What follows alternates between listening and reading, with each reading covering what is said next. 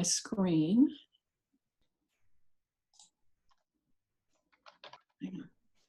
If you consent to be recorded, please say continue. And I'm going to find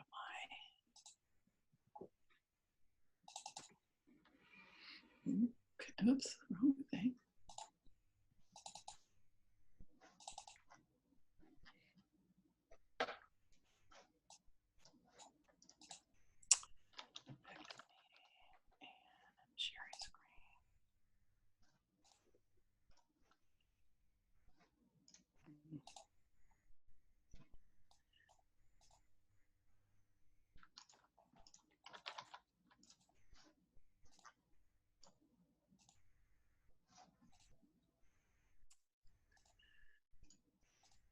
Can you all see my screen? Does it say receiving invisible assistance? Yes. Yep. Okay, good. Here we are. So thank you so much for being here. Receiving invisible assistance is a subject near and dear to my heart, and something that I've been becoming more and more experienced with, and it's giving me more and more gifts. So I want to share 5 steps to open up to the power, guidance, and abundance of the unseen. So welcome. I'm Adele Michael.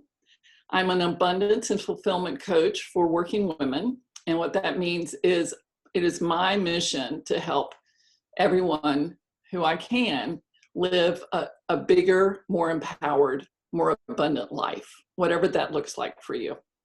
And I've spent over 25 years mastering tools and techniques to help people do that. I work primarily with the subconscious mind, which is where all of the really the control panel for ourselves as human beings is. And my specialty is helping people find blocks, roadblocks, and blind spots that keep them from having the life they want. And I'm welcoming Karen Sterling from joininsight.com. She is a graphic recorder. She usually does big conferences and keynotes, and she's been able to pivot so that she's on a virtual platform now. She does beautiful work at meetings, in virtual meetings like this. And what I love about her work is she is so quick. She's a great artist, and she is so quick to take an idea and put it into a picture. And as we have been told, pictures tell 1,000 words. So welcome, Karen. So glad you're here. Oops.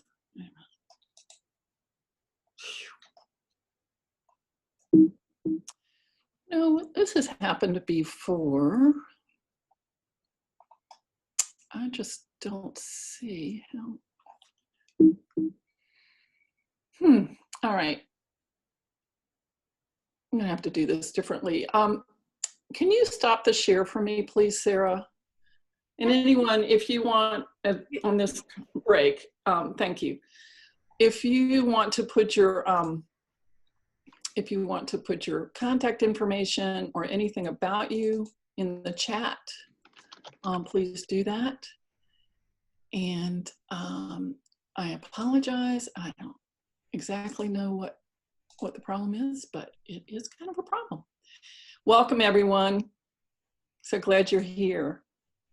Okay, so I'm going to try this differently. We'll see if this works. So welcome, and welcome to Karen. Can you all see my screen now? Yep. So it's not as pretty as it should have been, but I want you to see the slides. So why are we meeting now about this? Our world is on fire, and the time for waiting is over. I was in 3 different conversations yesterday with white women saying, I am stopping being silent about my views about diversity, racism, feminism, ageism, whatever ism. I am done. It is my time to speak. And I think that that is wonderful for all of us, and for the new world that we want to be building after this chaos settles out, because that's what this is the opportunity of. As Linda was telling us before we got started, we're in a big Pluto time, which is transformation, big transformation. So wherever you are, emotionally, mentally, physically, spiritually, all is welcome here. Wherever you are so welcome. And I want to encourage you to call on more help to do your work in the world. And that may be out protesting, and it may be like me. I'm more of an energy worker. I don't go on protests. I sit and work with the energy that's underneath the systems and the patterns that give us the rise of protests. So I know many of you are very adept at energy and spirituality and all manner of things. And I just ask you to be curious today. You may have heard all of this before. And if you have, I would like to ask you to listen with new ears. Because you're not the same person you were when you first heard this or when you last heard this, and there may be something here for you. So thank you for listening with new ears. So why do we want to, where are we looking for invisible assistance? And I called it that because I didn't want to call it something too woo-woo. I didn't want to call it something too religious, because there's weight and freight on all kinds of words. And what I wanted to do is boil this down to the simplest way I could talk about it, so that it would be available to more people to understand and to start calling on it. So the quantum physicists call it the unified field of all possibilities. And they say it is a vast array of intelligence and life force that surrounds you and reaches out into infinity. Now, I don't know about you, but I find it fascinating that in the English language, there is no word that I have come up with that doesn't have a negation on finiteness. So infinity is actually not finite. So it's a hard concept for us to get our minds around, and yet it's real. Leading edge scientists tell us it's real, and ancient wisdom tells us it's real. In my vocabulary, I like to call it minions and molecules. So minions from Despicable Me, they don't speak English, they're hilarious, and they go and do your bidding, you know? And molecules are actually much bigger than quanta, but you know, I think from biology lessons, I'm much more familiar with molecules. So instead of quanta, I'm using molecules. And so this is a visual representation of what you could be calling on in order to get more invisible help. So the nature of the field is that, and this is proven by quantum physics experiments, the field is always responding to your attention, intentions, thoughts, feelings, and beliefs. It's always doing it.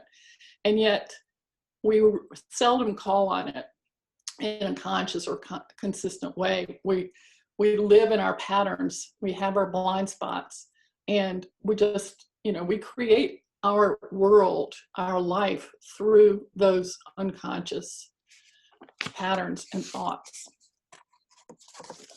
And why do we do that? Why do we not call on this field of energy? It's what we've been taught. We've been taught to believe and trust our own five senses. We've been had past disappointments. I know as a child, I mean, I actually thought a lot about God, you know, was taken to church, and I would look up at the clouds and go, you know, there's not some guy sitting up there. I don't know what God is, but that's not it. But I didn't really feel like I had a whole lot of assistance back in those days. So that was disappointments that made me think, well, maybe there's nothing there to help me. I find that the ego wants to do it myself. I'm especially guilty of this. It's like, for some reason, I think it's better if I did it, not realizing that I was co-creating with the universe. And wishing doesn't make it so, because action on your part is required. I think this is really true in the kind of the law of attraction world. It's like you sit on your couch, you think of that great partner who's coming to you, and that's it. And maybe that happens. Maybe it's the Amazon guy. I don't know. But action is required because you were co-creating. So what if life is a co-creative partnership? Really much beyond what you've been taught before. And what if it were easier, more fun, and more magical than you ever imagined? So I want to walk you through these 5 steps and ask you to do a little thinking with me. So the first step is, what are your abundance desires? So when you look in your life, what are your top 3 desires right now? What are your top 3 desires? And you can put them in the chat. I won't be able to see them. Sarah, if there's anything that you think I need to know from the chat, would you just unmute yourself and let me know? I don't think I can do that and do the presentation slides at the same time. Yep, I'll watch the chat. Okay, thanks. So what are your top 3 desires? Is it to make a bigger difference? Is it to be happier? Is it to be more expressive? Is it to have more money? And we'll get to that in a minute. What are your top 3 desires? I'll give you a minute to think about that. And if you have something to write with, you can write it down.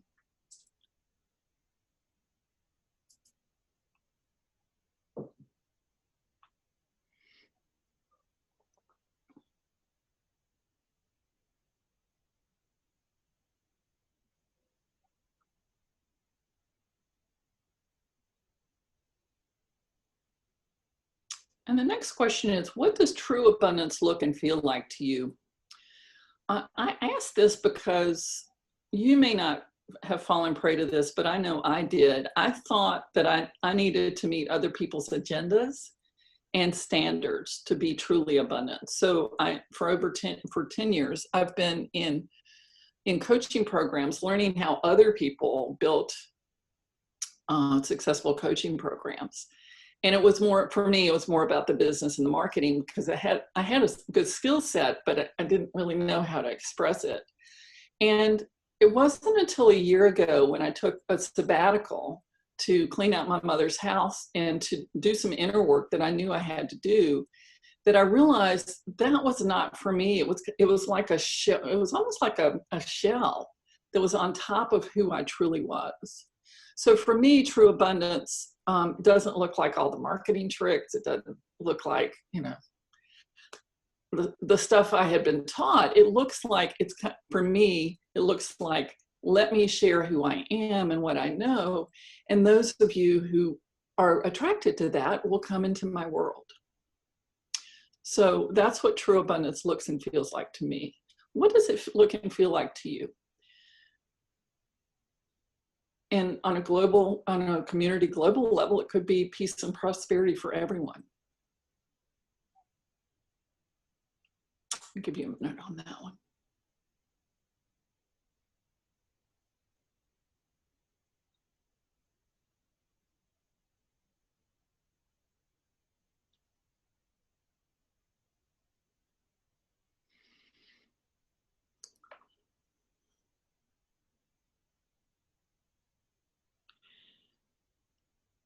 And what does money represent to you? I know many people are concerned about money, especially now with what's going on.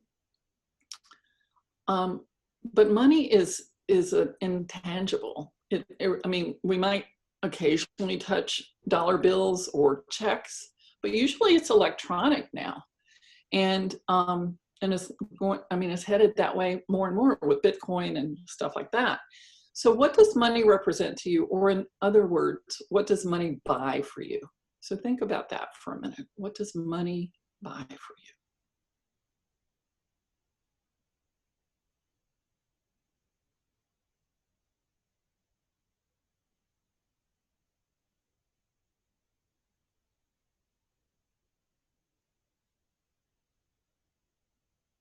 So for some people, it buys status. For some people, it buys security. For some people, it buys nice things. For some people, it buys food and shelter. I mean, we're all at different levels of our survival needs and our self-actualization needs. What does it represent to you?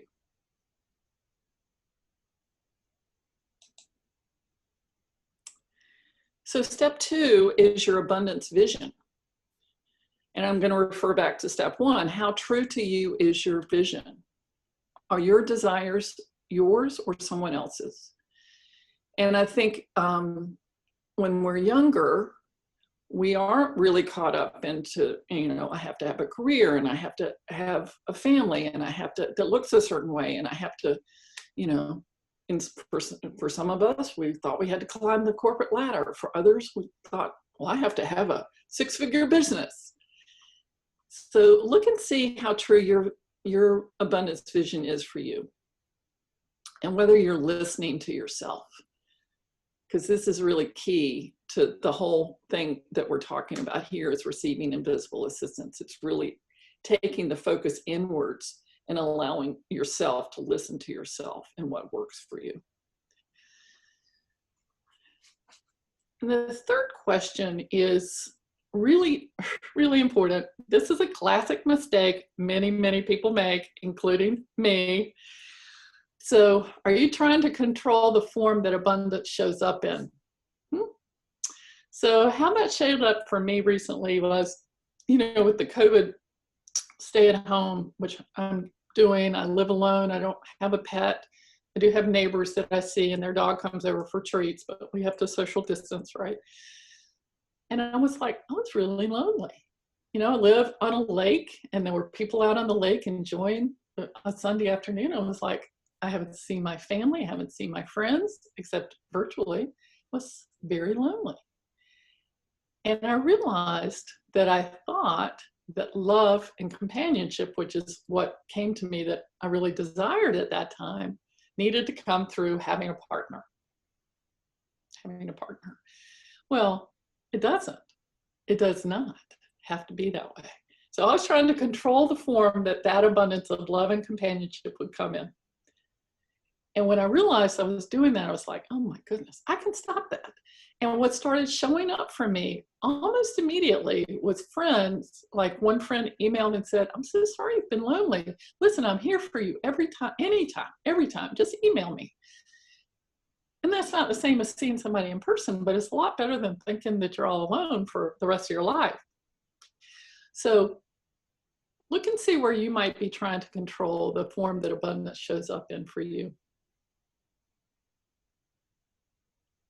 Because what I've found is life, the universe, the cosmos, the unified field, whatever you want to call it, it is very creative. And it really dislikes being told, I want that love and companionship in this particular form, and I'm not going to take it any other way. It does not like that. If we open up, we are much more able to receive what we truly desire. Okay, step 3 is, this is a very kind of heavy one, your abundance, identity, and heritage. So many of you probably have done some money work, told your money story. And so you could probably answer these questions very easily. But if you haven't done any of that work, what did you learn about money from your family? What did you learn about money from your family? And if there were a money motto, what was it? Money doesn't grow on trees. We are more worthy because we are not wealthy, okay? People like us must suffer. I cannot tell you how many Irish descent friends I have that tell me, I still feel constrained by the potato famine when their, ancestors came here. And what I've read is that it actually can come down through your DNA. So it's real. Money identity, abundance identity, money heritage, abundance heritage. And by your abundance identity, I mean, who do you think you are in relation to identity? Do you think it's okay for you to have what you desire? Is it okay for you to have the best in life? Or if you have what you desire, does that mean someone else doesn't have what they desire? And that's known as the zero-sum game. Like there's a finite pie, and if you get a nice slice, that's taking a slice away from somebody else.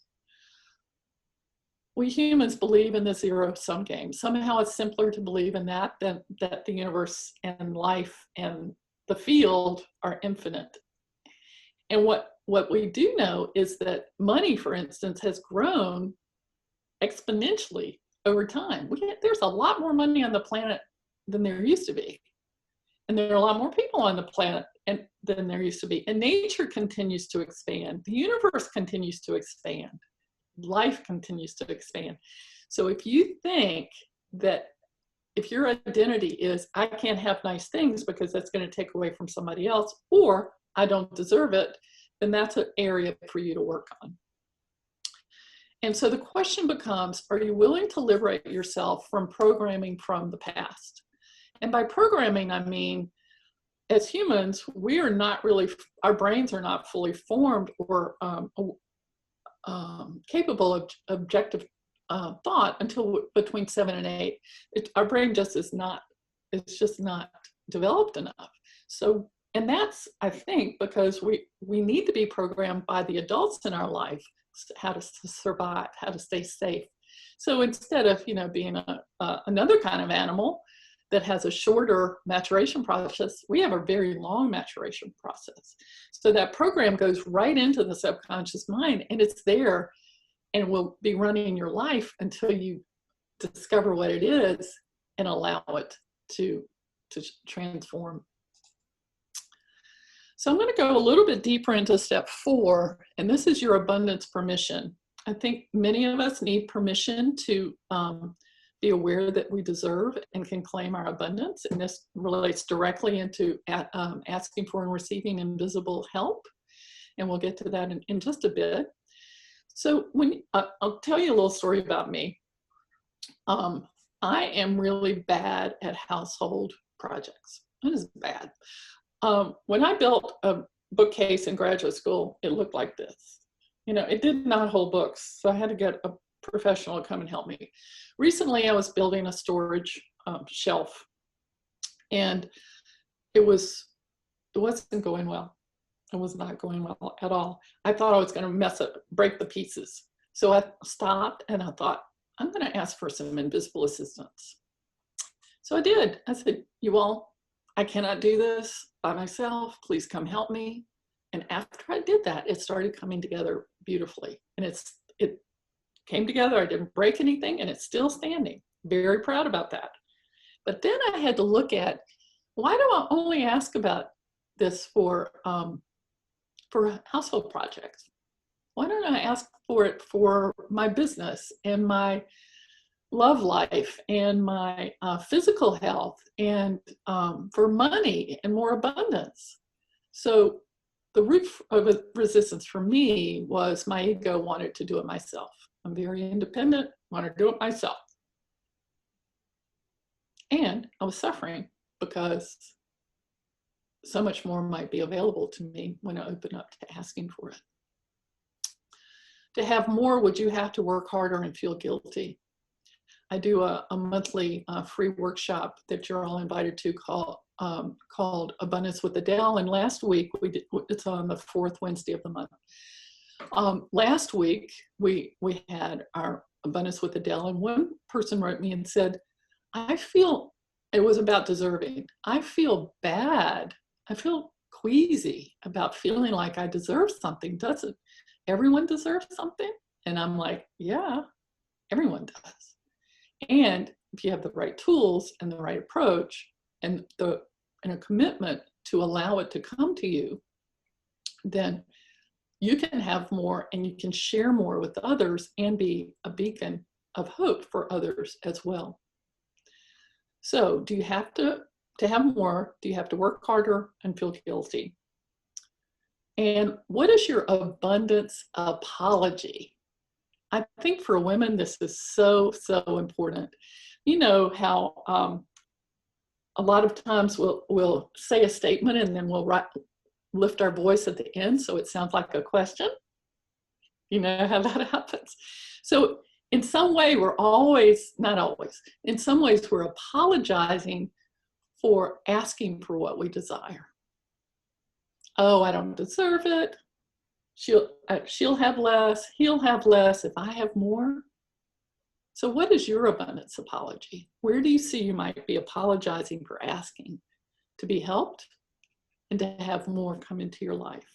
And I don't mean just money. I mean love, health, happiness, contribution, creative expression, legacy, impact, whatever it is that you want, whatever is on your heart that you desire. And you know the word desire, you know what that means, right? It means from the Father. So it's actually a divine download that you got that desire. It fits with your divine DNA. So what's your abundance apology? Where are your blind spots for creating and enjoying more abundance, love, health, happiness, money, and contribution? And by contribution, I mean who you are in the world is a contribution just because you are. And what you radiate out into the world through your being, through your actions, through your thoughts is a contribution. And then there's the physical contribution of money, volunteer time, mentoring, protesting. What is your contribution? That's another question. So, but where are your blind spots? And blind spots, like I just talked about, I didn't realize I was shutting down the assistance I could get by only asking for it in household projects, which I don't do all that often. I do a lot of other things a lot more often. So where do you think your blind spots? And since they're blind, you might not know. But it's a question to ask and to be open to. And then I've really found this to be so true. And scientists are telling us now that it is true. Your 5 physical senses are terrible detectors of what's possible for you. Terrible. You see the world and you think it's set in stone. It's not. It was created from past thoughts, feelings, and beliefs. And it just shows up, right? And we are told that we only perceive with our physical senses 4% of what's available.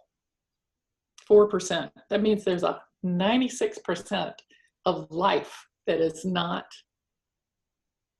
apparent to you through your physical senses. Now, that's actually good news, because where's the other 96% of the potential? It's in the field of invisible assistance, or also the unified field of all possibilities. And how do you access it? And this is really good news, because your attention, your intuition, and your intention with the field. And it's good news because the people I work with are women, and most of them are right brain dominant. And so their intuition is already strong. But the problem is sometimes you don't believe it. You know, I've made those mistakes. And now it doesn't take a 2x4. It takes a little tap on the shoulder, like, pay attention to that. And you may be there too. So your attention, and that's in quantum physics experiments, that's what makes the difference in, you know, how a particle will behave. Will it be a wave or a particle? Your intuition and your intention. And so that's the conscious decision. I intend to be a more abundant person in all areas of my life. And it can be as simple as that. And then you ask. And then you ask. And who do you ask? You ask the unified field, whatever you call that. And you may have a different name for it, and that's fine. You can ask the minions and the molecules. You can ask the goddess. You can ask the planets. You can ask the plants. Whatever is your appeals to you, you can ask. But asking is a choice, and it is a practice. I'm going to talk to you a little bit about that a little bit later. Asking is a choice, and it's a practice. And I think for women, this is a really, really, really, really, really big deal. Receiving is a choice and a practice. And unless you've practiced receiving a compliment, it can feel really uncomfortable. We are really programmed and taught to be such givers. And what, in my own experience, that has led to is burnout, exhaustion, and frustration. Because we live in a giving universe. And if we can open to more receiving, then the balance of giving and receiving will be there. You know, like the figure 8, the infinity symbol, it's not a 0, it's an 8. And that actually is the frequency of abundance, 8. If you're into frequencies, and we all are a frequency, different frequencies, but frequencies are very important.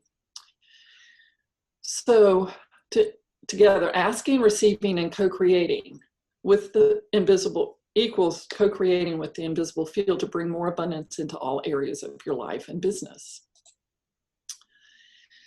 And again, for women, I want to say this, it's so important to let yourself fill up so that you have more to give and share with others, because that's your contribution, and it starts with you. Again, I think we've been taught through our physical senses to think that the world out there is where we start and where we need to have an effect. And with things the way they are right now, that's pretty obvious that nobody is able to control COVID-19. Having a hard time controlling the riots and the protesters, even though they're trying. It starts with you. It starts with your interior reality. So we're going to move on to your abundance action plan, because action is required. So what I think is important is to acknowledge that there is something unseen to have a relationship with.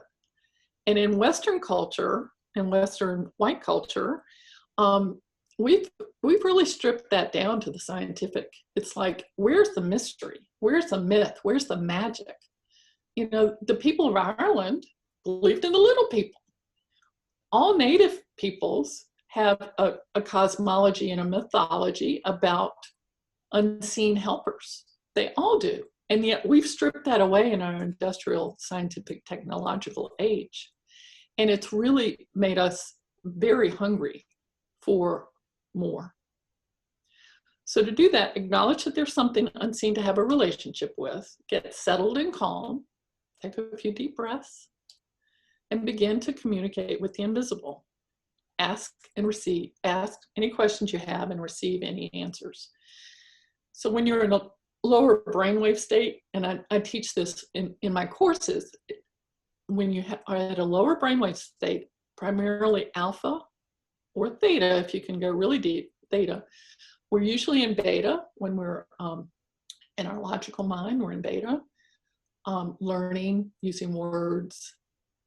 But if we go a little bit slower, if we can slow our brainwaves down into alpha or theta, alpha is usually where we are when we're meditating or doing guided imagery, then it's very, very easy actually to access the invisible and start to ask questions and to receive inspiration. So that's the action plan to begin with, is to do that daily, and ideally at the beginning of the day before the rest of the world starts impinging on your world. And then if you get an inspiration, to act on it as soon as you can. I do not mean that if you get the inspiration to quit your job, leave your husband and move, that you do all that tomorrow. But it may be saying some change needs to happen here. And you can ask for the micro steps. The micro steps are really important, because that's actually what you get.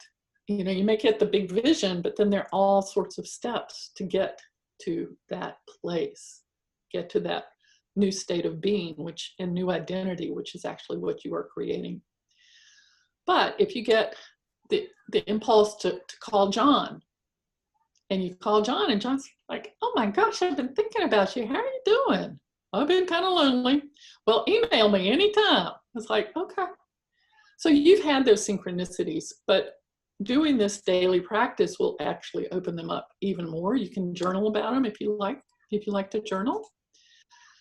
So as I say, daily is best, and first thing in the morning. If you like to journal, note down any inspirations, happy coincidences, opportunities, and abundances that come your way. I think that's the other thing that we have to start paying better attention to is, what is happening in my world? What is happening? You know, I got a stimulus check. Wasn't expecting that. Wow. That was a big abundance for me. And the small abundances, you know, like getting to talk to my mother every night, and she can hear me. And we say the 23rd Psalm together, and we pray for my nephew and my sister-in-law, who are both nurses. I mean, it is so sweet, and it's an abundance that I didn't have when I could see her every other weekend, which I can't now because she's in assisted living and she's quarantined. So being aware of that, and become more familiar through this process, become more familiar with what fulfills you, and that is your true abundance. If you notice that something's draining you, some way that you're approaching something, some way that you're spending your time, some way that you're giving to others that doesn't fill you back up, that's not your true abundance. And your goal in my world, and my wish for you, is that you become filled up so that you are overflowing and can share, both energetically, emotionally, and physically.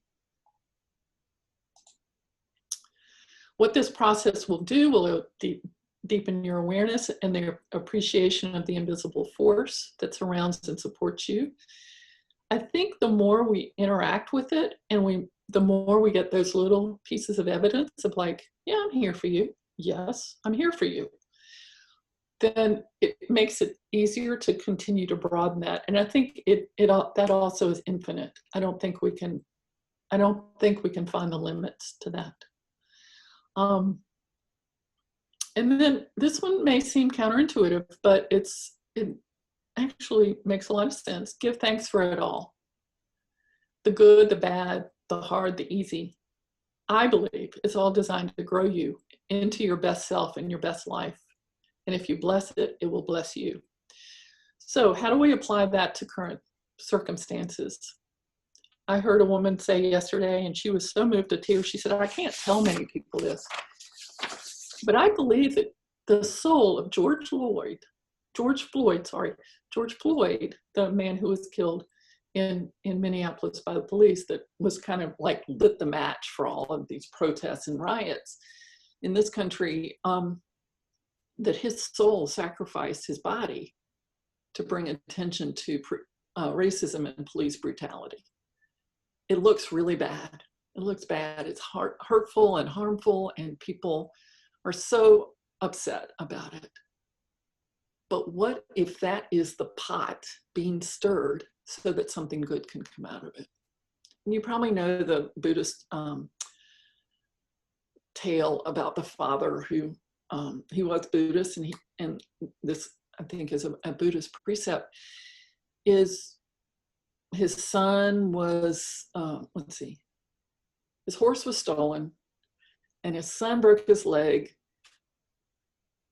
and he was like, he would get on either side of it. It's like, I'm going to stay in the middle. And what happened was the soldiers came to conscript his son, and because the son had a broken leg and had no horse, they couldn't take him away to go to war. So we don't know, things are playing out. We don't know. I think in being in gratitude about what's happening, like, thank you for opening up the way for us to see what we have not been looking at, so we can begin to make amends. Doing that, and also doing your own energy work, your own intention and attention to helping to heal the situations. I mean, that's what I'm committed to, is to help heal the underlying energetics of what's going on in our country and in our world, and to have a voice like, this isn't right, and I'm not gonna collude with this anymore.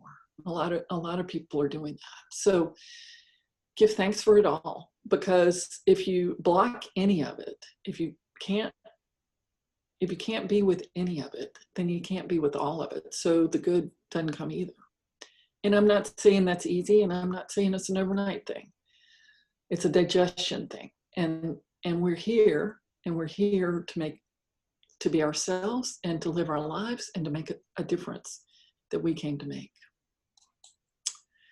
So that's the presentation, but I do have an exercise for you.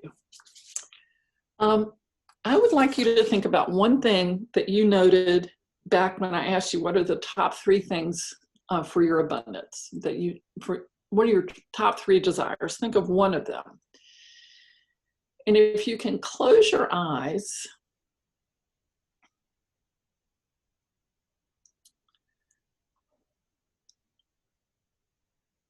and just notice if it's a picture, if it's a feeling, where it is in your field. Notice if it's a picture or a movie or a feeling, notice how close it is to you. Is it close? Is it far away? Is it kind of dim? Is it colorful?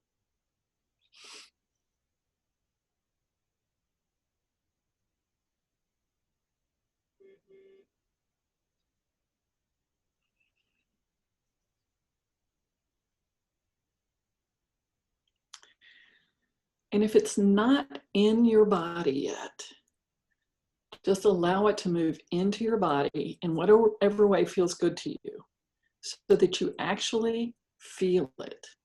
You have an embodied experience of it.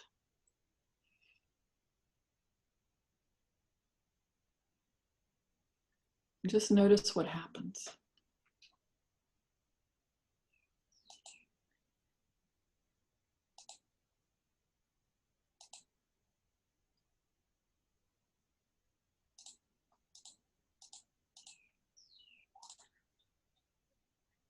Does it seem more real to you now? More accessible?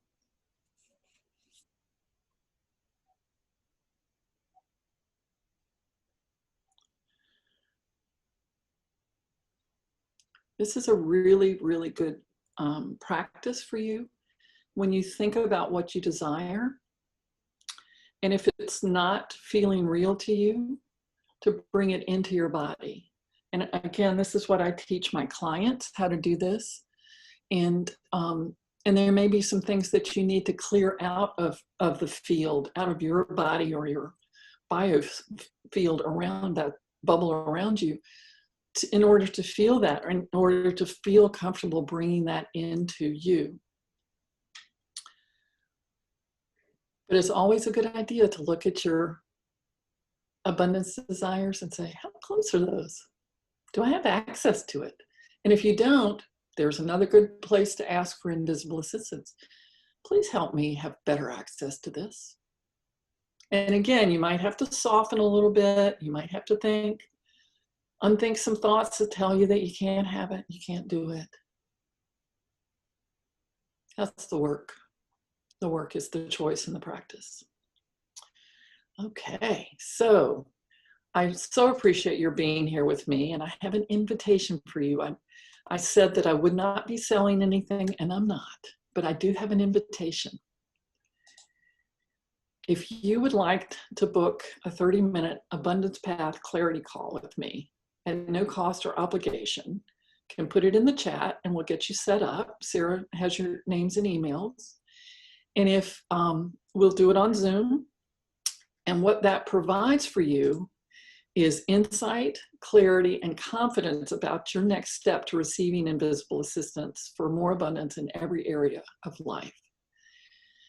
And as I say, there's no cost, no obligation. It's just an opportunity for us to talk about where you are and where you want to go and what your next step to get there might be.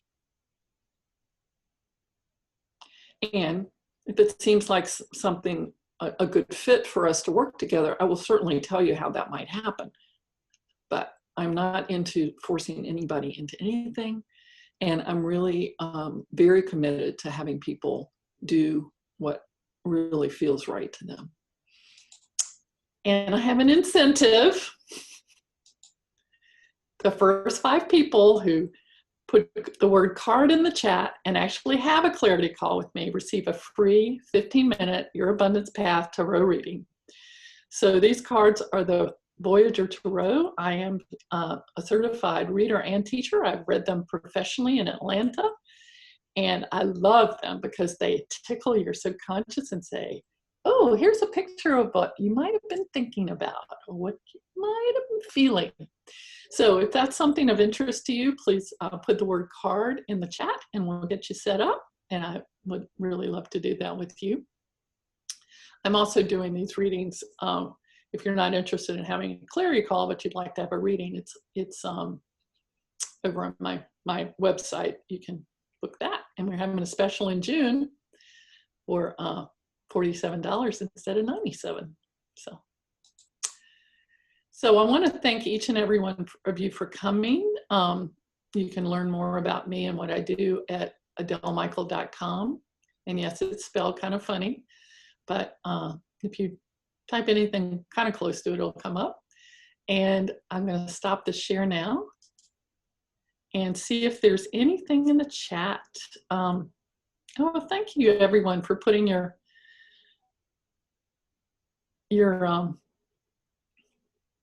contact information in the chat. So I think we have a little bit more time, and if there are any questions or observations, I would love to hear from you. And if you can, just unmute yourself, raise your hand if you're on video. Nancy. I'm just really curious. I'm looking at what Karen is doing in the background there as she's drawing up a storm. She is. That's what she does. She is going to provide a image of that for us, and we will send that up out in our follow-up email. It's really kind of hard to see it from this far away. I understand, but you'll get a copy along with the recording of this. So as a high intuitive, it gets really interesting for me with all these events. I've been, I'm going to tiptoe around this conversation in my languaging because it gets tricky for me, because it makes me sound like I'm a know-it-all and I'm not at all. Big ears, new ears. And so years ago, I landed in this new territory of, oh my God, I am in unified consciousness and I don't know how to navigate through here, and I am here. So I better figure it out. And I would get, the shifts. I would get the cosmic, whatever, cataclysmic kabooms, or, I'd feel things going on in the field. And it was very confusing for some time because it had nothing to do with me asking for things. Believe me, it was like, what is this coming at me? And then after a while, I started to realize that, oh, I guess I sort of did ask for this. Right. Yeah. And then I went to a bad place where I went, I must have been having a real bad day when I asked for this, because boy, this is very hard territory to navigate through. And since then, that's to make the long story short. Now, landing in all of this, I have kind of figured out where I am in all of it. But even so, the challenges are not less significant some days. And I usually get energy hits coming in long before they come in. So for the year, I got a hit of this year of peace and trust. So those two were a big hit for me, and I had no idea what that would look like. And oh my, I had no idea it would look like this. So to me, getting up every day is sort of like where you said, Adele, the little me, the ego me, whatever, the me that says, oh, I was just recovering from brain surgery and look how well I'm doing, went, but the world got canceled. Well, that's not right. So, it shouldn't be canceled because I'm ready to join the world again. No, just kidding. Anyway. I totally get it. Yeah. So I'm always dancing in that territory a lot. And right now with this whole, I really appreciated what you said about, people saying I'm not willing to be silent anymore about the diversity issues. And it's incredibly challenging. Yes. When it's like, okay, the money thing is challenging for me, partly because for years I worked very, very hard. I was on welfare. I worked very, very hard. I grew up in privilege, but I never took it for granted. And then I made my way through a whole lifetime. And then my father was dying and he left me a ton of money. And everybody was giving me the deserve word, how I deserved it. And I was grieving the death of my father. And Right. so the word deserve word went into this very confused place for me of, well, I didn't deserve, there was things I didn't deserve in my life that were horrible. And there were things that I got that I didn't necessarily deserve. So it was one of these places where I went into this, I don't think deserve is even a word that you should be using. Right. But a lot of people do. And I'm going to. Oh, I know they do. Yeah. So again, there's that middle path, not, or as one of my teachers, Tosha Silver, says, the vertical path. Mm-hmm. It's like being. So thank you for that. And I would say the same thing is true with this situation that's going on with the riots, because there are days when I get pulled into the drama of it, and I and then I have to literally haul myself out of that, because absolutely, energetically it's just so, and it's not that I don't feel, but I have, as a white person, to say I have never been anything but colorblind feels arrogant. Mm-hmm. Just like to say I have no money issues feels arrogant to people when I know some of my friends can't even pay their bills. It right. Just feels arrogant. Okay. Thank you for that. I really appreciate that, your share. And I think again, that's why it's so important for us to be asking and receiving the help from the invisible, whatever you call it, because it will tell you the next step. And that's all we're doing, is taking the next step, maybe getting more educated about racism, maybe learning how to speak to our families about racism and our friends. Okay. So anybody else have a comment? We've got a few more minutes. Hi, Tracy. Do you want to say something? Can you unmute yourself? I can, sorry. Hi. Hi, it is so nice to join you, Adele. This is awesome. So it's interesting. I just was going to say, I appreciate what Nancy said. And one of the things I've been leaning into in the last couple of days with some of my dear, dear friends who are African-American, and, kind of saying to them, what do you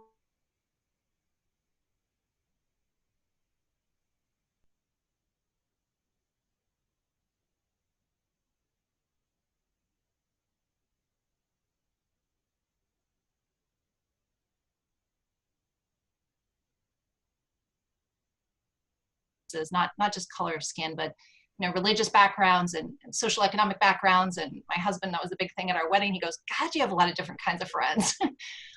So for me, it was never an issue, but yet I also realized I don't know what I don't know. And at the same time, I had a conversation with a dear friend yesterday, and he said, I have to be honest with you, Tracy, you're not saying things on social media makes me feel like you're not acting. And I said, well, if I may be as bold to say that that's the story you're telling yourself. because I am here alongside of you. I consider you a brother. I consider you an equal. But if I may be so bold to say, if you are going to make that generalization, I feel that's the same kind of tyranny, and expecting me to react the same way you feel you need to react or need me to react is bullying me into something that maybe is not my way of approaching things. I am here for you, but to tell that story that because I'm not doing it the way you need me to do it, you know, that is the same kind of control that we're all trying to dismantle right now. So again, I love you, I respect you, but I won't be moved by your anger and your need for things to be a certain way. And at the same time, if I speak for you, I feel like I'm disempowering you from being able to speak from yourself. You know, the best I can do is hold space for you to step forward, because you are being gifted, I would say gifted. I don't mean gifted in that you had to earn it. I mean, this is a prime moment to step into the light and tell your story, because I cannot, as a white woman, tell your Black man story. I can't, and I wouldn't want to, because it's your time. It's your time in the sun. It's your time to shine. I will step aside with 2 ears and listen. But if you want me to open the door for you and walk through for you, to me, that means you're staying in victim mode. And I love you too much to let you victimize yourself. You know, so I think to speak boldly, I mean, I'm having this with a dear friend. I'm not saying I'm going to put this on social media right now, because I don't think that would be helpful or healthy. And it's not because I'm afraid, it's because I'm trying to be reverent to where everybody is right now. But I think we get to stand in our own truth, because it comes down to needs and wants. You know, I would rather give people and myself, if I give myself what I truly need, I feel like I'm giving others what they need too. If I give them what they want, which goes against what I need, then, I mean, we all know what happens when a child is given everything they want. They turn out to be an adult that's very difficult to deal with. But, you know, if I give you what you need, it may not always be what you want, to the point of how are we expecting abundance to come into our lives, right?